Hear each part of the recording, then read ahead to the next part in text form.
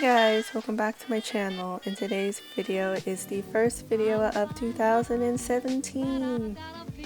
I know I'm a little late, but Happy New Year! I hope that you guys had a great New Year's. I know that 2016 probably wasn't the best. In fact, it might have been the worst year for some of you guys, but I hope that you have a much better 2017. It might not be the greatest year, but hope for the best as always. So what inspired today's video was a couple of months ago I saw a couple of mushrooms in our front yard growing after a couple of days of rain, and I remembered something that I heard years ago when I was younger, is that if you see a ring of mushrooms, it's supposed to mean that either a fairy party is going on or a fairy council is taking place. So I decided, you know what, I've never painted or drawn a fairy before, so why not draw a fairy? And why not record the process also? So I did, and I actually did two fairies, and you will be able to see the second one also. So for this fairy, I don't really have a specific name, so we're just gonna call her the Good Fairy, and the second one I am calling the Poisonous Fairy because the mushrooms that were in my front yard I actually found out that they were poisonous, so I decided to do a good fairy and a poisonous fairy. I actually had a little bit of trouble with how I wanted to go forward with this after I sketched this out. First of all, I didn't know if I wanted to go forward with my markers or if I wanted to go with watercolors again, because I haven't done a watercolor painting in a long time. I'm pretty sure my last watercolor painting was the Golden Siren one, which, by the way, the video for that one is a little bit messed up, so I might have to put that on private. Yeah. Anyway, I had a little bit of trouble, and I just decided, you know what, I haven't done a watercolor painting in so long, so I might as well just go ahead and do a watercolor painting. So I decided that I wanted to transfer this onto my watercolor sketch pad, and I tried using Sorol transfer paper because I had some left over from class.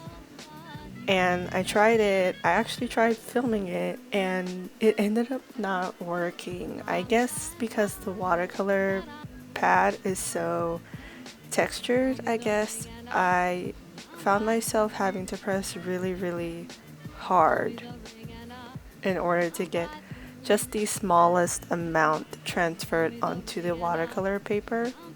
So I just decided to take my tablet and just trace over it, and it worked out pretty well. And also, if you haven't noticed, I did change the mushroom a little bit just because it just didn't look right when I first sketched it out. So I just decided that the round mushroom looked a little bit better.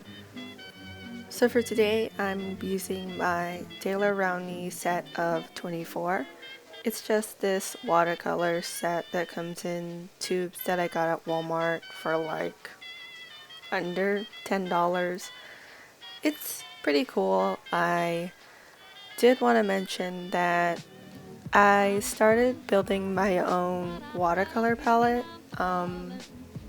It was pretty interesting, but it didn't come out in the way that I wanted, just because of, I'm pretty sure it's because of this specific watercolor brand.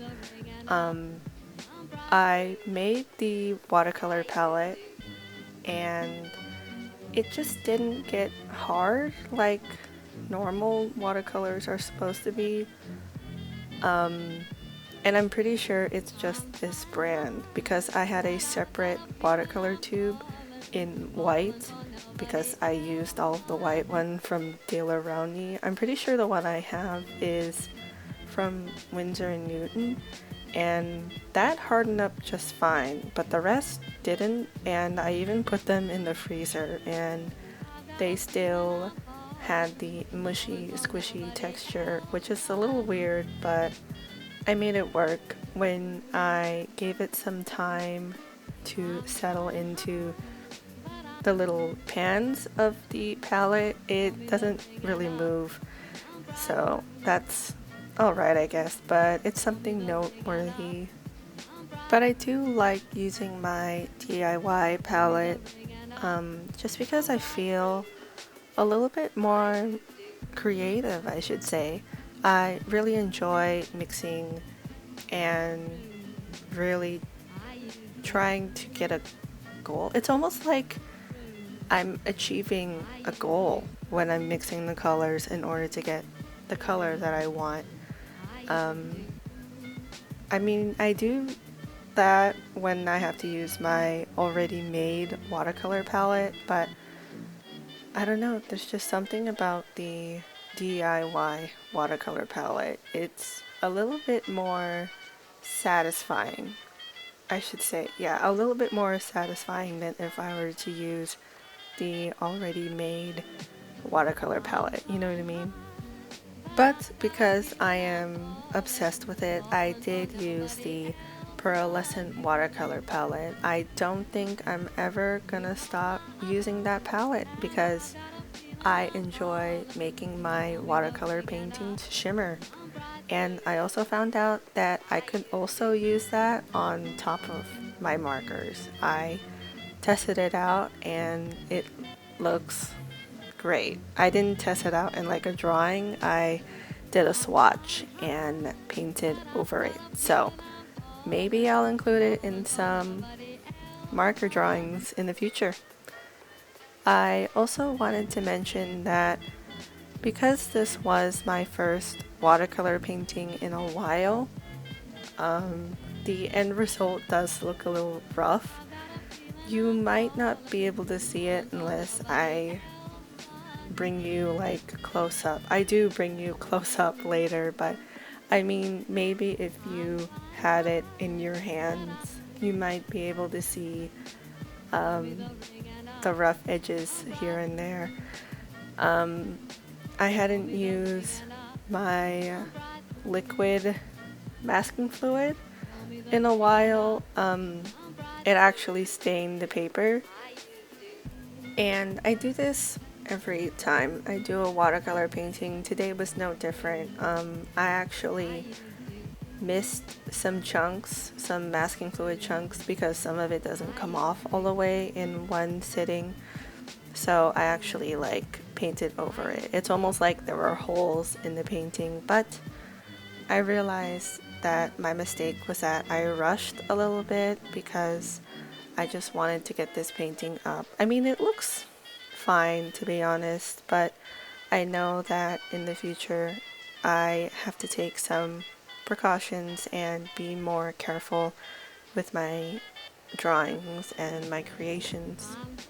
So we're almost at the end, and I just wanted to say thank you all for a great 2016. 2016 was truly a great year for me and my art because I started paying more attention to what I wanted to create and how I wanted to take things instead of worrying about what other people wanted.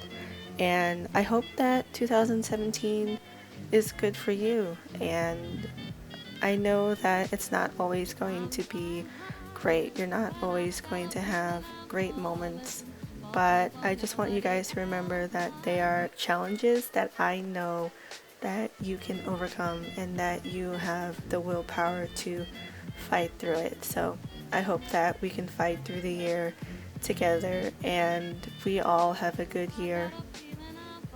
I don't really have time to pour my heart out right now. I did like an entire post on my Tumblr, so I'll link you to my social media page. Anyway, we are actually at the end, and there's not much else for me to say really other than thank you so much for 2016. Here's to a good year in 2017, and I hope you guys enjoyed this video as much as I enjoyed creating it. And yeah, be sure to head to all of my social media. I will link all of them down below, and I hope you guys enjoyed. As always, thank you so much for watching, and I will see you in my next video. Bye!